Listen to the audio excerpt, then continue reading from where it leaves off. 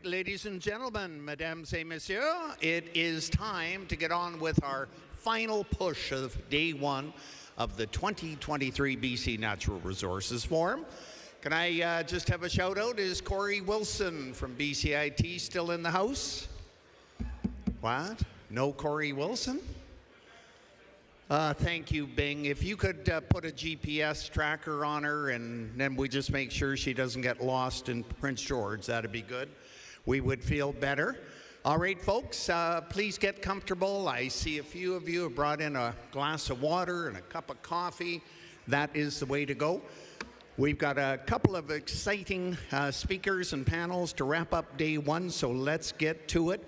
Would you please put your hands together to welcome to the podium Jamie Grant, Operations Manager, Groundbirch and Gold Creek Operations from Shell Canada, who is about to introduce your next speaker. Let's hear it for Jamie.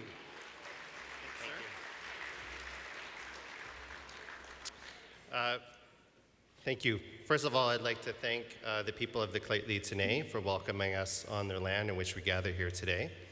Shell is honored to support the BC Natural Resources Forum again this year, and I'm happy to introduce our next speaker, Julie Dabrusin. She's a member of Parliament for Toronto Danforth since 2015, and she serves as the Parliamentary Secretary to the Minister of Natural Resources and to the Minister of Environment and Climate Change. Mr. Dabrusin has previously served as the chair of the Standing Committee on Canadian Heritage and the Subcommittee on the Agenda and Procedure of the Standing Committee on Canadian Heritage. Mr. Dabrusin grew up in Montreal and completed her undergraduate degree at McGill before attending law school at the University of Toronto. She then practiced law, including time as Commission Counsel to the Toronto External Contracts Inquiry, in which they review municipal government procurement. Most impressively, Ms. Dabrusin was an active volunteer in her community. She founded Friends of Withrow Park and served on the board of directors of Park People. In 2012, she was awarded to the Queen Elizabeth II Diamond Jubilee Medal for her community service. Please welcome Ms. Julie Dabrusin.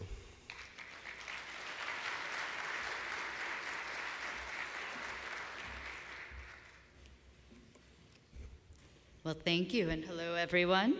I want to congratulate the organizers on the 20th anniversary of the BC Natural Resources Forum. I think that over lunch we had quite a little bit of a time box of what things looked like 20 years ago. And me, myself, I recall that that was the year that I had my first daughter. So big year in history, and it was a big year marking the beginning of this forum. I'd like to acknowledge that we are meeting on the traditional ancestral territories of the Lheidli T'enneh, and to also thank them for welcoming us here to have these important discussions that we're having today. I'm here today on behalf of the Minister of Natural Resources, Jonathan Wilkinson. Cannot be here today, and he sends his regrets. He is at the moment in Japan, and he's leading a business delegation in Japan, really talking about the issues that we're talking about here today, which is the importance of our natural resources and how we are an important place for our allies to be investing and to consider our important natural resources sector. Around the world, businesses big and small, labor organizations, and governments are in a race to reduce carbon emissions, seize the economic opportunities, and to avoid the destructive impacts of climate change.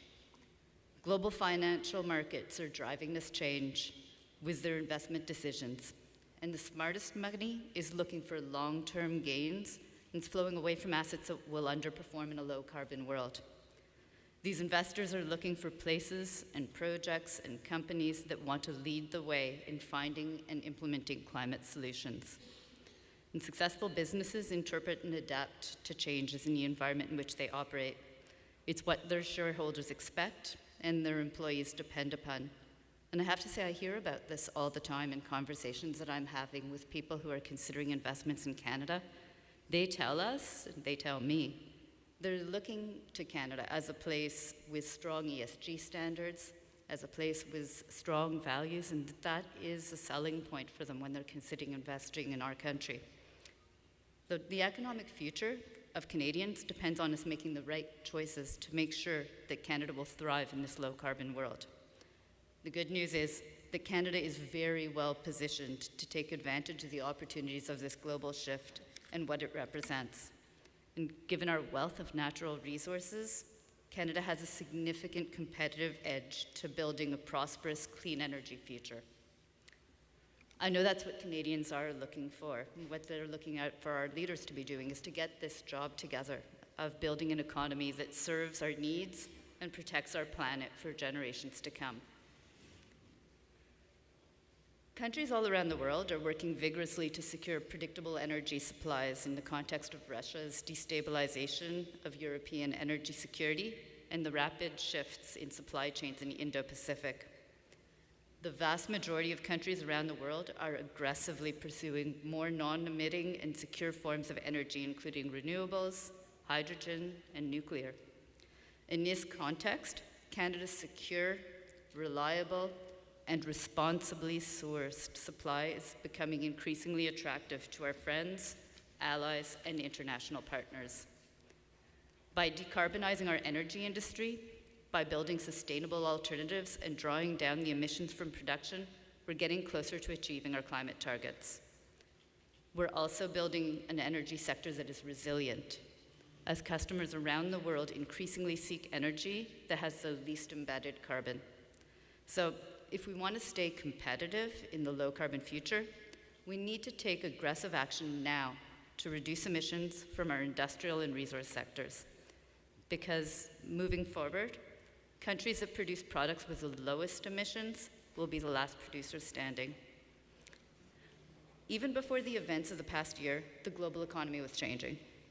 The pace of this change is only going to accelerate, and we see it every day. More and more, financial markets are factoring climate risk into their investment decisions. And more, investment dollars are moving towards opportunities that are compatible with a net zero world. The government's job, our job, is to work with people like you to figure out how to take advantage of our abundant resources and to go after those opportunities that will create jobs and drive economic growth. These opportunities will come from new products that enable a low-carbon future, like critical minerals, hydrogen, battery technologies, renewable energy, low-carbon building products, small modular reactors, and so many other clean technologies. And that's why our government is stepping up and investing in concrete solutions now, using every tool in the toolbox. Everything from nature-based solutions like planting 2 billion trees, to industrial technologies that directly remove and prevent emissions from polluting the atmosphere. From putting a price on carbon and launching a critical mineral strategy, to developing supply chains that will power the energy transition. We are deploying thousands of chargers for electric vehicles and investing in off-diesel initiatives in First Nations communities. And we are ensuring that Indigenous peoples are at the table when decisions are made on projects that affect their communities.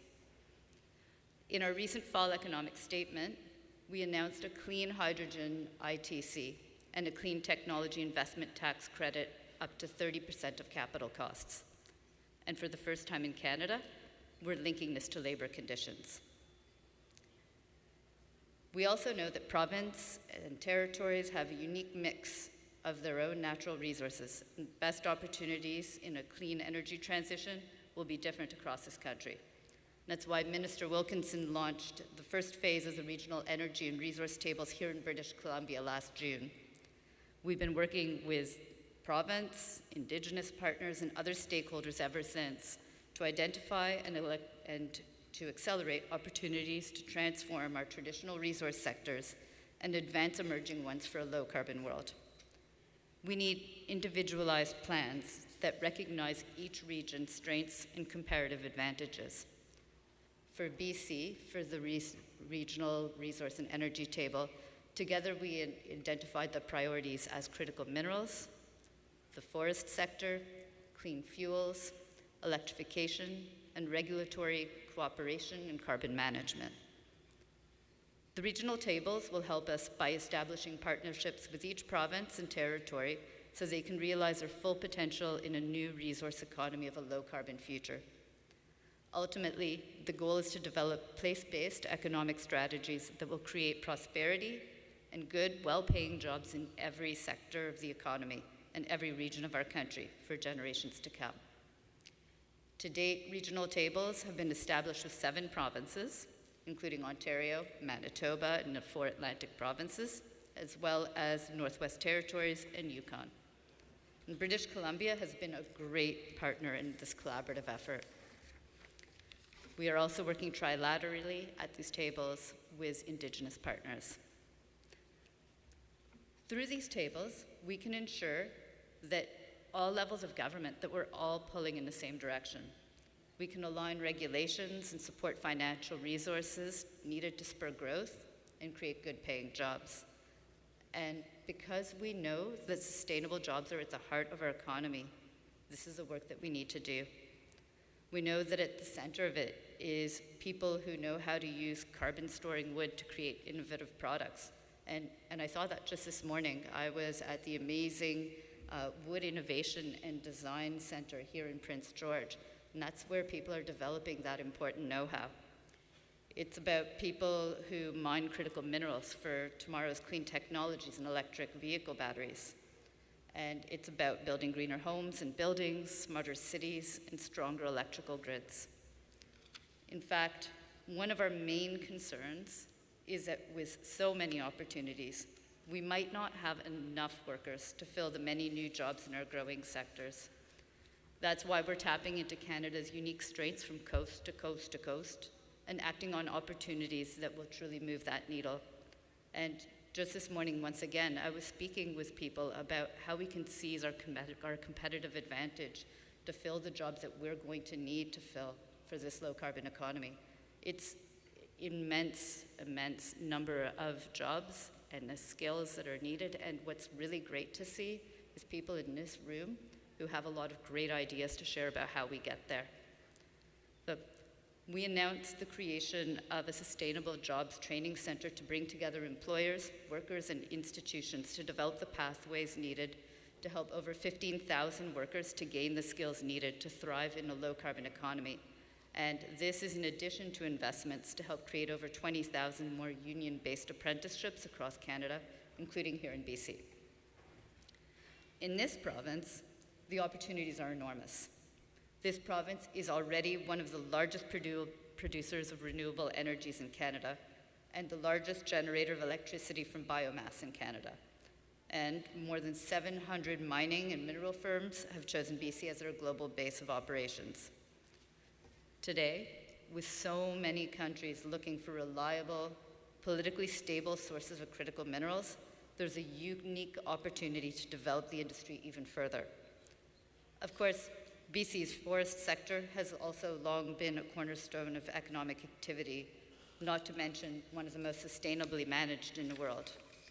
And today, we announced funding for a federal investment of $10 million to HTEC to operate a renewable hydrogen production facility.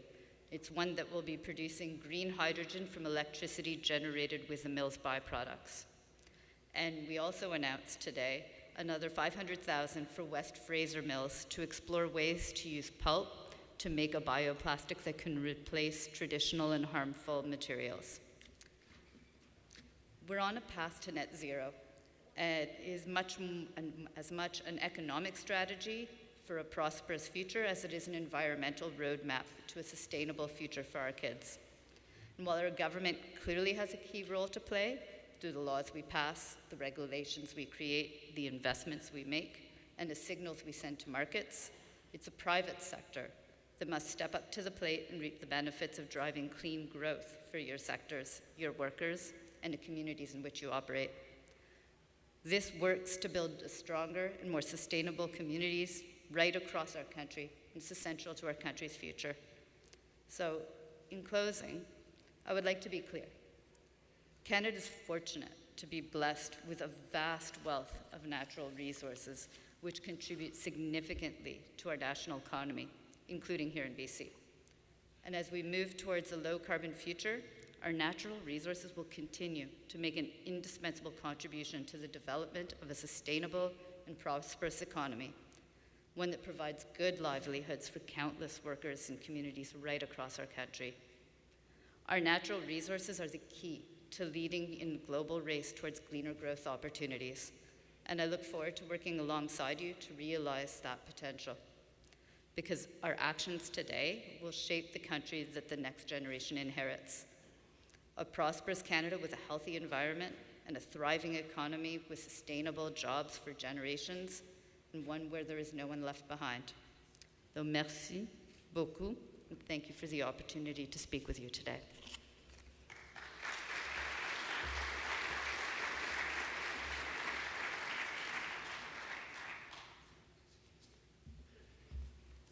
Oh, come on, we can do better than that. Hello, this is BC Natural Resources Forum.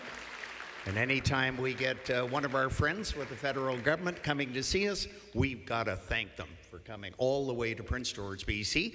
To thank our Parliamentary Secretary, it's my pleasure now to ask Emily Black, Director of Gas Business Development, Enbridge Incorporated, to come to the podium and thank our Parliamentary Secretary. Emily?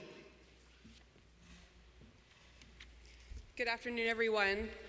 I'm used to doing this now on a screen, so the bright lights are a bit intimidating. But I'm so pleased to be here with you today.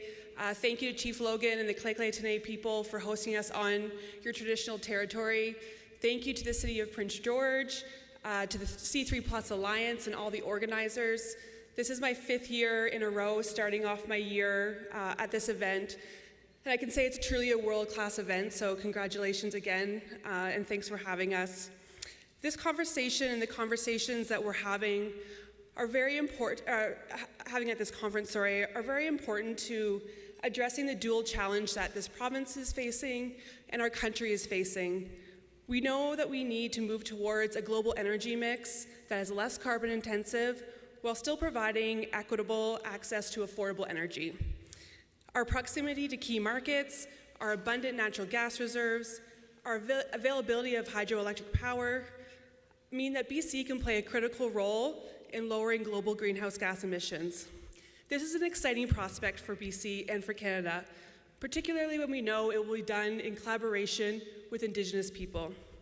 This is the journey that Enbridge is on, and it's in the spirit of collaboration we are pleased to work with Indigenous nations as well as Indigenous-led organizations to support the development of a blueprint for net zero energy exports and the restoration of biodiverse ecosystems. Conferences like the Natural Resources Forum are important as they allow industry, governments, nations, and individual citizens to come together and really work towards these challenges that we face. We're very pleased to have the Parliamentary Secretary join us here today and speak to the important role that Canadian resources have in the energy future. We very much appreciate your remarks and willingness to work through the issues and opportunities that we face together.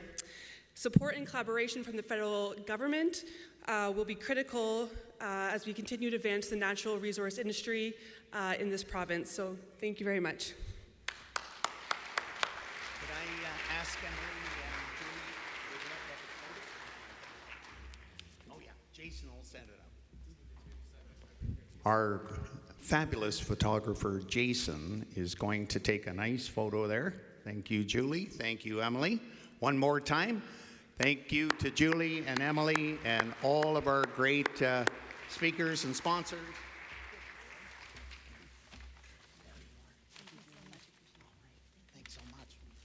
One more time. You can't thank people enough, can you? Alrighty, the subject many have been waiting for. A couple of years of COVID, you know, we didn't hear as much about liquefied natural gas as we did prior to our last BC Natural Resources Forum in January 2020. But guess what? We have a fabulous LNG panel. And apparently, you know, in typical innovative style, the BC Natural Resources, after 20 years, we're now going to imagine, this is your job, a fire, because we're having a fireside chat about LNG, and I can't wait to see how we respond to a fire and a good chat about one of the most exciting new industries in Canada, at least in my time. So, to get that conversation started, I'm going to ask Brian Cox and his panel to come on up and get comfortable. Brian is the External Affairs and Policy.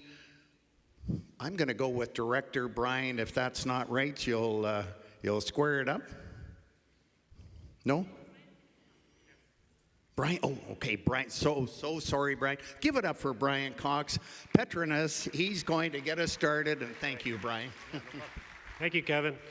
And yes, I'm happy to be here to introduce the moderator in the panel today. And I know this is the last panel before the end of the day, and so it's going to be a good one, I know.